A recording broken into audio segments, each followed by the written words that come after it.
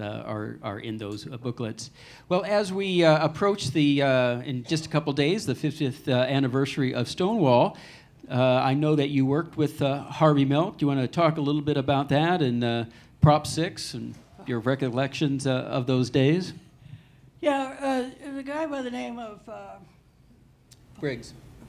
Briggs, who decided that gays should not be allowed in the classroom. Ken and I went through the Boy Scout thing. I have to tell you, in a really kind of malevolent sort of way, I went when I saw the paper article about the Boy Scouts the other day, about them misappropriating their behavior on young gay Boy Scouts, because they didn't want to let us in and we were not acceptable. And so we went through a period of time of trying to get people to understand that we were just like everybody else and that we weren't a problem.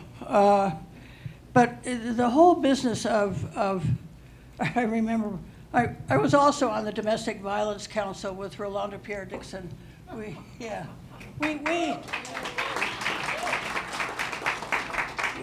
used to have wonderful time because Rolanda was a district attorney and I was a shrink.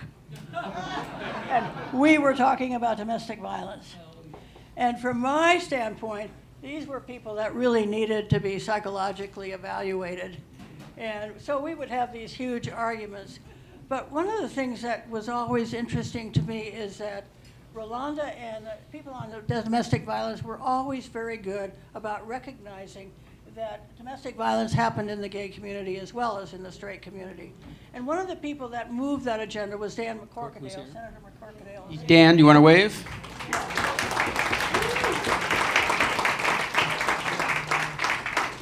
His staff person called me up and said, we want to make some legislation that's inclusive of gays and lesbians when it comes to domestic violence, because sadly, people in my community hit each other just like other people do, which is unfortunate.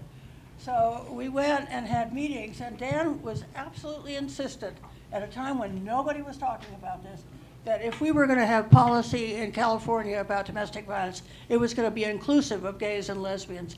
And for that, we should always be very appreciative. Amen.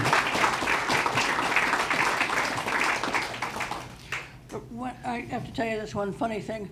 One time, because I was on this committee with Rolanda, we had this guy who was a chief sheriff, something, came in with his gun in his head. He was real tough, into our meeting at 7 in the morning, idiot. And started sitting down and going, well, are you just think that why don't they just move those gay people out of town? I don't know if you remember this. Just move them. There won't be a problem. And move the people who are getting hit.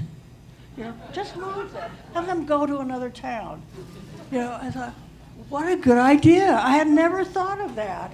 I told him. I said, oh, thank you. So the next time a bank gets robbed, should we move the bank too?